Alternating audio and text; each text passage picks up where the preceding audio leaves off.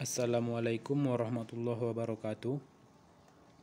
Puji syukur mari kita ucapkan kehadirat Tuhan Yang Maha Kuasa, di mana kita masih diberikan kesehatan sehingga kita dapat melakukan perkuliahan secara virtual atau daring. Yang kami hormati Ibu Nur Hasanah Siregar SPD MPD selaku dosen pembimbing mata kuliah ini, dan yang kami banggakan teman-teman sekalian. Baiklah, saya Alexandra Sinaga akan menjelaskan mengenai pengertian strategi belajar, mengajar, dan pembelajaran. Apakah yang dimaksud dengan strategi?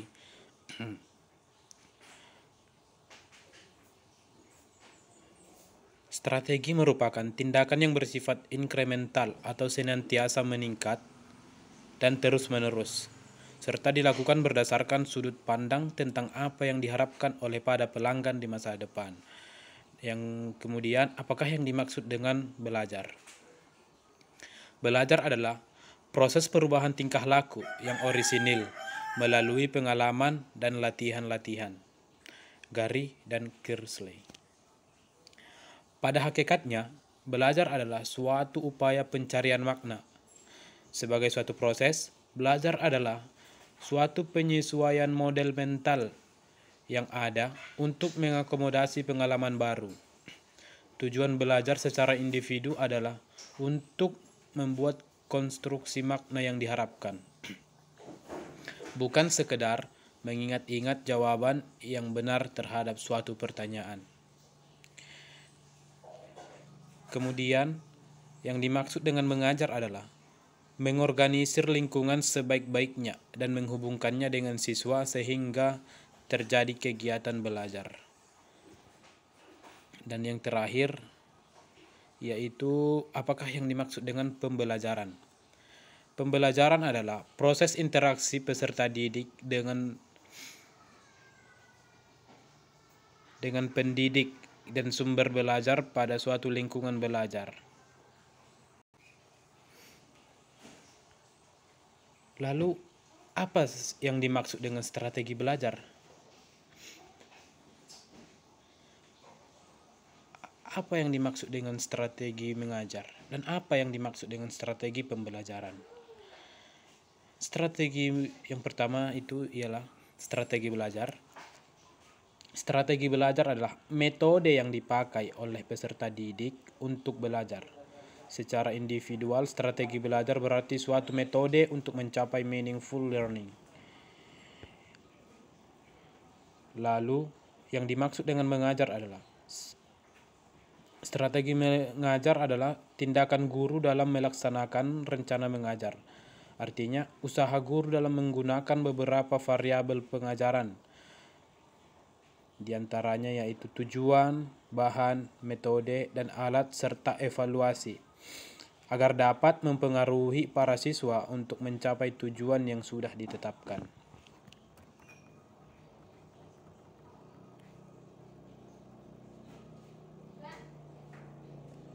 Strategi mengajar juga merupakan tindakan guru dalam melaksanakan rencana mengajar. Artinya, usaha guru dalam menggunakan beberapa variabel pengajaran.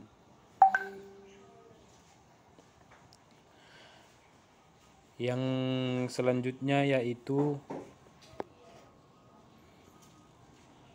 apakah yang dimaksud dengan strategi pembelajaran?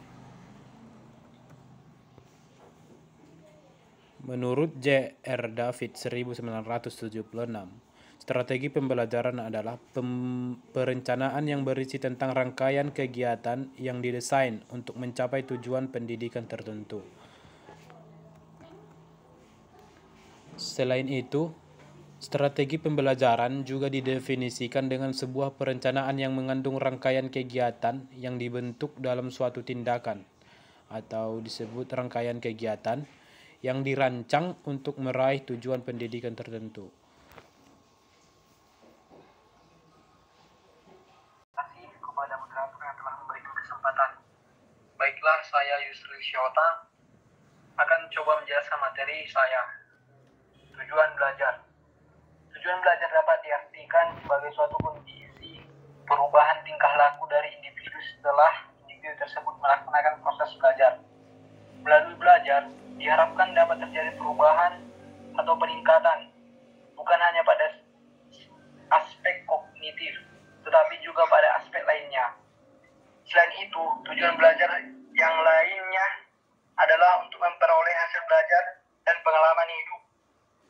Benjamin S. Bloom menggolongkan bentuk tingkah laku sebagai tujuan belajar atas 3 ranah, yaitu 1. Ranah kognitif berkaitan dengan perilaku yang berhubungan dengan berpikir, mengetahui, dan memecahkan masalah. Ranah kognitif menurut Wilken 199, Dimyati dan Mohdihyono 1994 dibedakan atas 6 tingkatan dari yang sederhana hingga yang tinggi, yakni pengetahuan,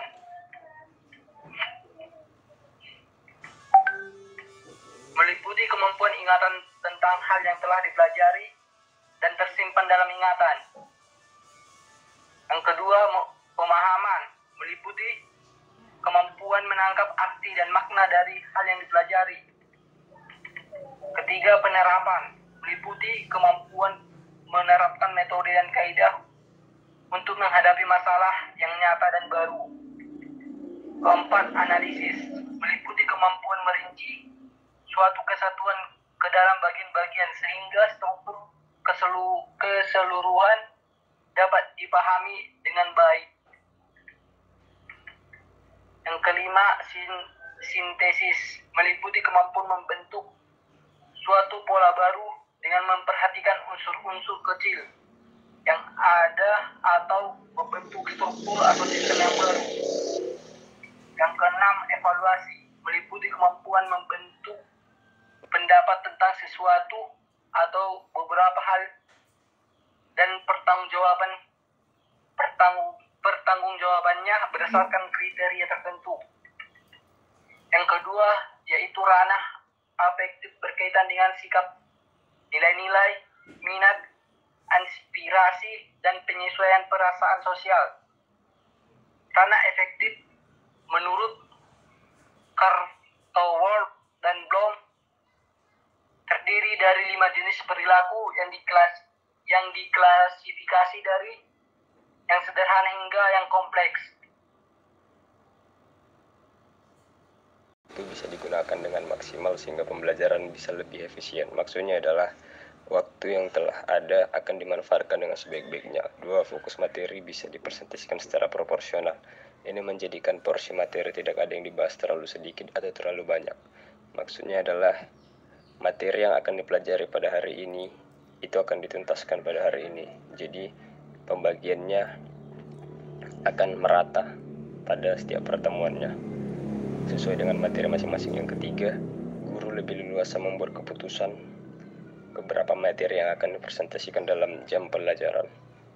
Maksudnya adalah guru akan memilih materi apa yang akan dipresentasikan oleh murid. Yang keempat, guru mampu memutuskan rangkaian dan urutan mana yang akurat dalam pembelajaran. Ini akan membuat siswa lebih terasa leluasa dalam mempelajari suatu pelajaran karena peletakan materi. Maksudnya adalah guru sudah merangkai urutan yang mana yang akurat sehingga siswa bisa dapat mudah memahami maksud dari pelajarannya dan dapat menangkap pembelajaran tersebut. 3. Taksonomi tujuan pembelajaran. Dalam tujuan pembelajaran terdapat sebuah taksonomi yang diutarakan oleh D. Cradwell dan Benjamin S. Bloom 1964. Taksonomi tersebut berada pada ranah kognitif, afektif, dan psikomotorik. A. Ranah kognitif. Pada ranah ini, tujuan pembelajaran membicarakan tentang aktivitas intelektual yang bermuara dari level pengetahuan hingga ke level atas, yaitu evaluasi. Pada ranah kognitif ini, terdapat 6 level. Berikut urutan level kognitif yang perlu diketahui. A. Tingkat pengetahuan. Diartikan sebagai kemampuan seseorang dalam menghafal, mengingat, dan mengulang kembali pengetahuan yang telah diterimanya. B. Pemahaman. Kemampuan seseorang dalam mengartikan, menafsirkan sesuatu dengan cara sendiri yang telah diterimanya. C. Penerapan kemampuan seseorang dalam menggunakan pengetahuan dalam berbagai masalah yang timbul. D. Analisis kemampuan seseorang dalam menggunakan pengetahuan dalam memecahkan berbagai masalah yang timbul. E. Sintesis kemampuan dalam mengaitkan dan menyatukan berbagai elemen dan unsur pengetahuan. F. Evaluasi kemampuan dalam membuat perkiraan atau keputusan yang tepat berdasarkan kriteria. Ranah afektif, sikap, dan perilaku. Pada ranah ini merupakan yang memiliki hubungan dengan perilaku, minat, penghargaan, dan adaptasi mental sosial. Pada ranah afektif terdapat 5 level. Berikut adalah level afektif beserta penjelasannya. A. Kemampuan menerima, yaitu keinginan untuk memperhatikan sesuatu gejala atau rancangan tertentu. B. Kemauan menanggapi, merupakan kegiatan yang menunjuk pada partisipasi aktif dalam kegiatan tertentu. C. Berkeyakinan dalam menilai menghargai atau berkaitan dengan kemauan menerima sistem nilai tertentu pada diri individu. D. Penerapan karya, berkenan dengan penerimaan berbagai sistem nilai yang berbeda-beda berdasarkan pada suatu sistem nilai yang lebih tinggi. Yang E.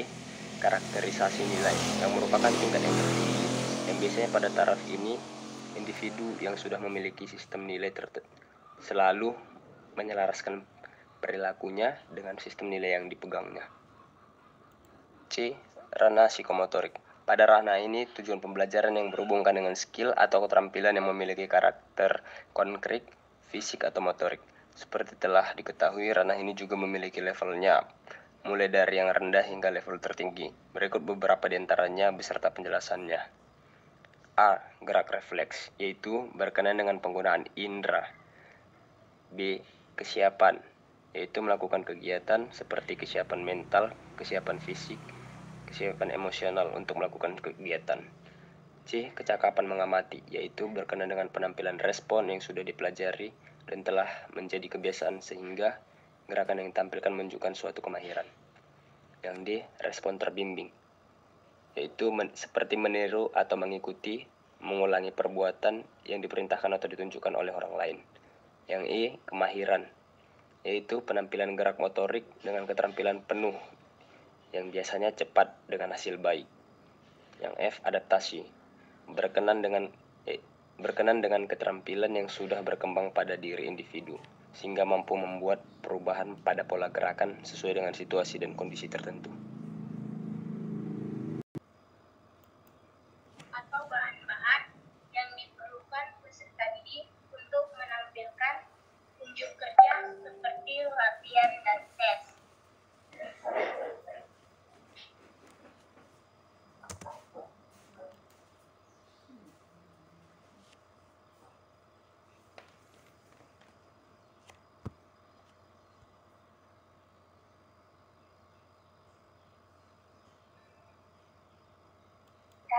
Dalam mendeskripsikan strategi penyampaian, yaitu media pembelajaran, kegiatan belajar, dan bentuk belajar mengajar. Ketiga komponen tersebut saling membutuhkan dan melengkapi satu sama lain. Menurut Martin dan Briggs, dalam WENA 2013, media adalah sebuah sumber yang diperlukan untuk melakukan komunikasi dengan siswa. Essen dan kawan-kawan mengklasifikasikan media ke dalam 5 kelompok, yaitu media berbasis manusia, media berbasis visual, media berbasis cetak, media berbasis audio visual, dan media berbasis komputer.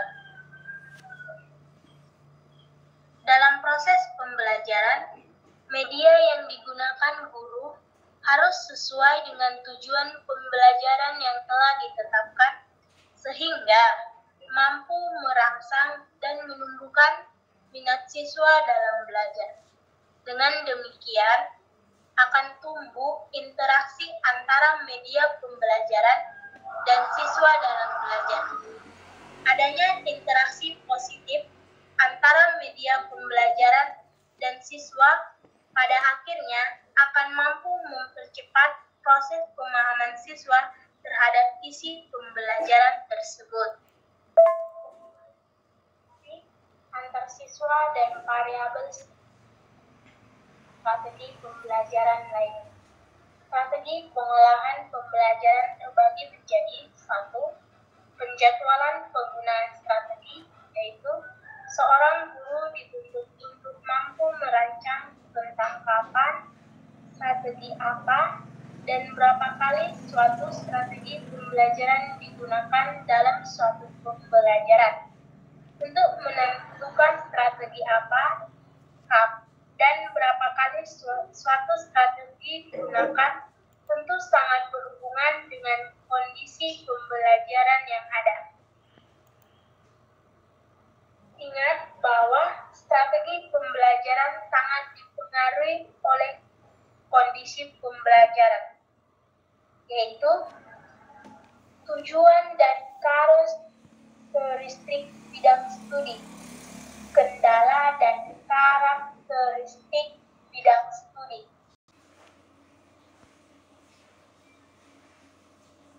Oke, saya akan melanjutkan dari Saudari Suryani Nababan. Saya Naomi Kamelia akan menjelaskan tentang strategi pembelajaran. Strategi pengelolaan pembelajaran terbagi dua, yaitu strategi inquiry dan strategi penyelesaian masalah.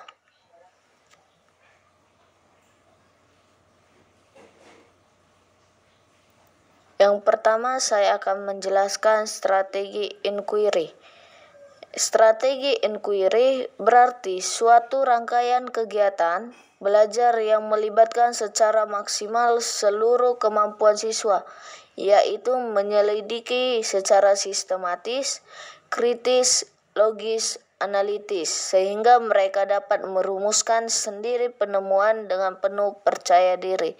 Yang kedua ada strategi penyelesaian masalah atau problem solving, ya, di mana strategi belajar mengajar penyelesaian masalah memberi tekanan pada terselesaikannya suatu masalah secara menalar. Proses ini berlangsung secara bertahap, mulai dari menerima stimulus dari lingkungan sampai pada memberi respon yang tepat terhadapnya. Berdasarkan bentuk dan pendekatan terbagi dua, yaitu expository dan discovery serta inquiry. Yang dimana expository itu yang berarti guru hanya memberikan informasi yang berupa teori, generalisasi, hukum atau dalil beserta bukti-bukti yang mendukung. Siswa hanya menerima saja informasi yang diberikan oleh guru. Kalau discovery itu adalah proses mental di mana siswa mengasimilasikan suatu konsep atau suatu prinsip.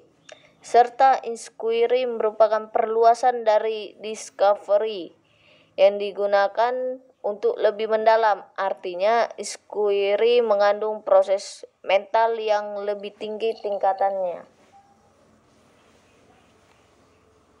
Perbedaannya antara discovery serta inquiry adalah discovery itu penemuan atau proses mental di mana siswa mengasimilasikan suatu konsep atau suatu prinsip.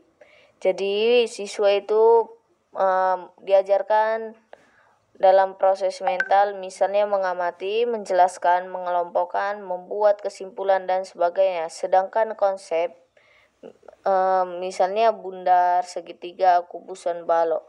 Di dalam inquiry merupakan perluasan dari discovery yang digunakan lebih mendalam, di mana artinya mengandung proses mental yang lebih tinggi tingkatannya. Terima kasih.